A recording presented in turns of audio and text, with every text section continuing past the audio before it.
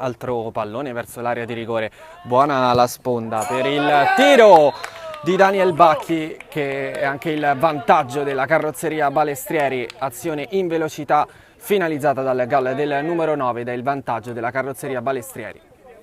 Mori va con il destro, palla deviata, arriva comunque in area di rigore dove prova a girarsi Daniel Bacchi, la risposta però di Gianluca Pevidori.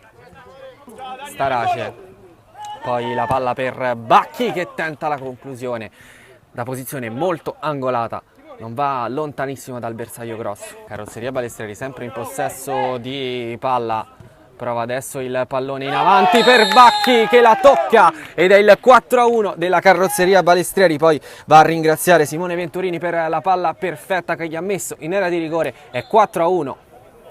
Partenza della carrozzeria Balestrieri, la controlla adesso Daniel Bacchi, poi va da Starace, la grande risposta di Pevidori.